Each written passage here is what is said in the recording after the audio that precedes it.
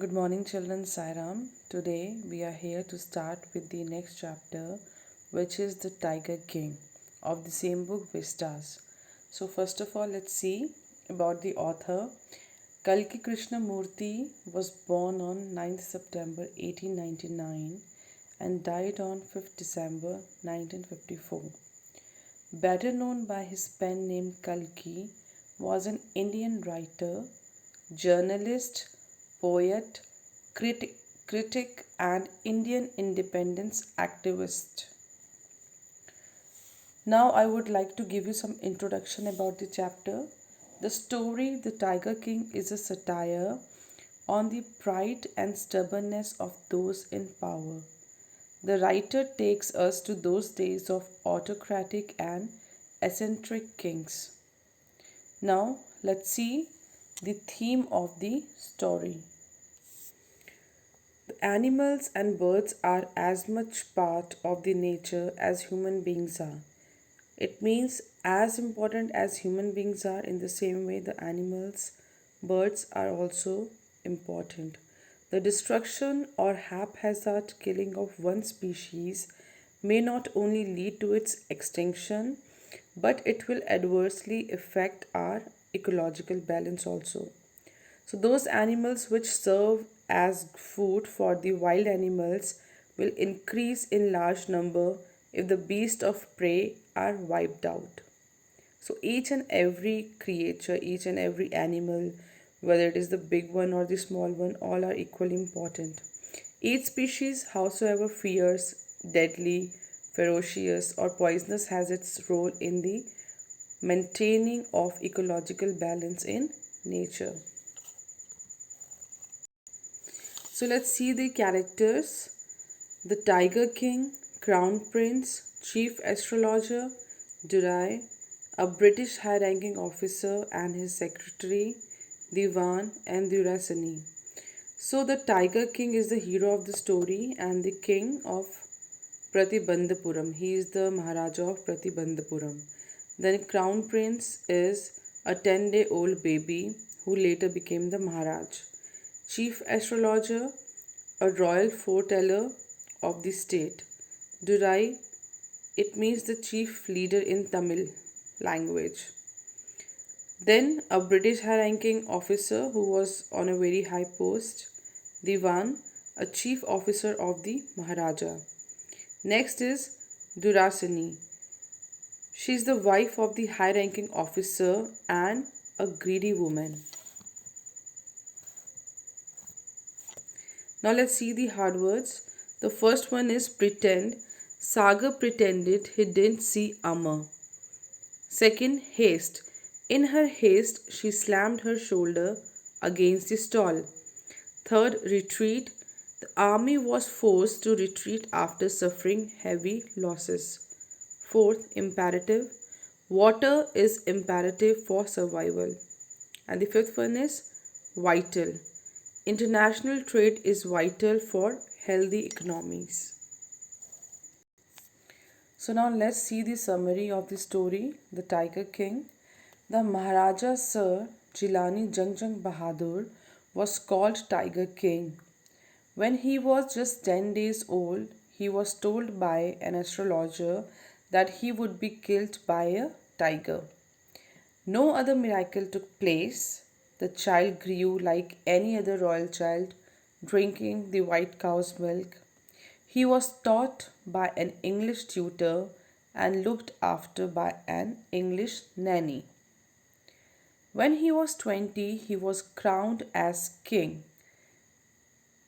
It was then the prediction of his death reached the Maharaja's ear, and he, in turn, to safeguard himself, killed a tiger, and being thrilled, he told the astrologer, who replied that he can kill 99 tigers, but he has to be extremely careful dealing with the 100th tiger, because 100th tiger is very much dangerous for him.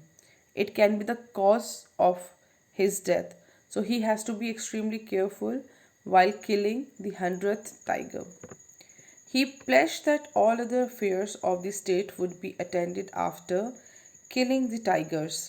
None except Maharaja was allowed to hunt tigers. A high ranking British officer visited the state that was fond of hunting tigers, and his wish was declined. He wanted to have a photograph with the tiger which was killed by the Maharaja, but thought, his idea, it was declined. So that is why, just to please the officer's wife, the Maharaja sent 50 diamond rings, expecting that the lady, his wife, the officer's wife, would take one or two. But what happened? Instead of that, she kept all the rings which were costing 3 lakh rupees and sent thanks to the Maharaja in return. In 10 years, he killed 70 tigers and didn't find any in Pratibandhapuram now. So, what the Maharaja did, he decided to marry a girl from the royal state which had more tigers, because he wanted to complete his target to kill the 100 tigers. That's why, as the tigers were shot in his area, not even shot, they were completely, he just killed each and every tiger. So now there were no tigers in his states. That's why he wanted to marry a girl from some other royal state which had more tigers to complete his target. So after marrying the girl, whenever he visited his in-laws' house, he used to kill 5 to 6 tigers. And finally he killed 99 tigers and was extremely anxious to kill the 100th tiger, but he couldn't find any. So the news about the presence of a tiger near a village proved disappointing to the Maharaj. Maharaja asked his Diwan to find the tiger, otherwise, the Diwan has to face the anger of Maharaja. Now, the Diwan was so much afraid of losing his job, so he visited People's Park in Madras and brought an old tiger and placed it in the forest and informed the Maharaja, because he could not find the real tiger. He could not find real in the sense he could not find the same tiger about which the news came. That's why he kind of arranged one tiger, put that tiger in the forest, and informed the Maharaja about it. The Maharaja took great care and shot the tiger and left the place with great triumph. The bullet did not hit the tiger, but out of fear, the tiger had collapsed.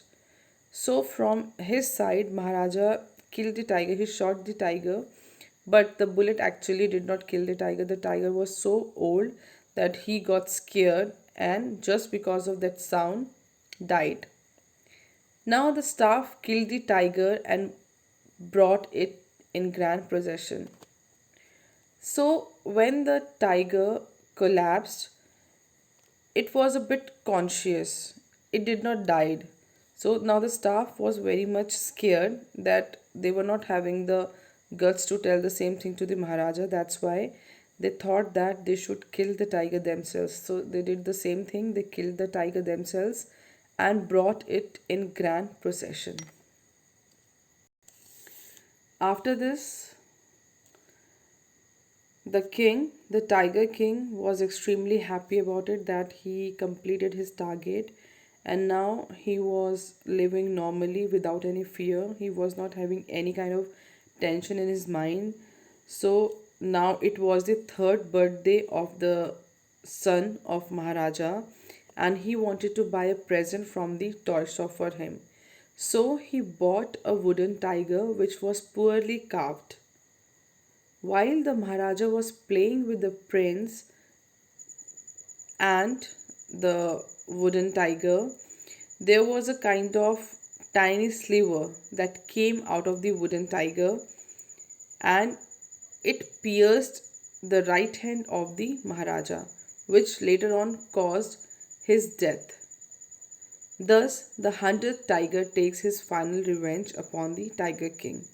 So, finally, Whatever was told by the astrologer, that thing turned to be true, because the cause of his death was the tiger only. But the thing was that it was not a living tiger but the non living one, it was a toy.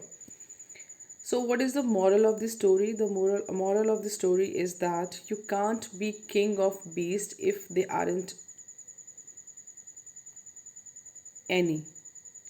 The desire for power is what led to the fight that killed all the animals. This story shows us one thing very important, that the power which you're using for your own sake is completely meaningless. If somebody is having the power, that person should use that power to change the life of other people. Then it has some meaning in it. But when you are having the power and you are using that power for your own sake, you are already strong and you're making yourself more stronger. So that is of no use. Real power means when you're having the power and you're utilizing that power for the sake of the others. So this is the moral of the story. Let's begin with the reading now. I'm just reading a bit for you. You have to complete it yourself. I have come forward to tell you why he came to be known as Tiger King. I have no intention of pretending to advance, only to end in a strategic withdrawal. Even the threat of a Stuka bomber will not throw me off track. The Stuka, if it likes, can beat a hasty retreat from my story. Right at the start, it is imperative to disclose a matter of vital importance about the Tiger King. Everyone who reads of him will experience the natural desire to meet a man of his indomitable courage face to face. But there is no chance of its fulfillment. As said to Rama about Dashratha, the Tiger King has reached that final abode of all living creatures. In other words, the Tiger King is dead. So, this is a portion that I read for you. Now, for today, children, your homework is very simple. This chapter is a bit lengthy one, so you all have to read it as many times you can. So just go through the chapter, read it thoroughly.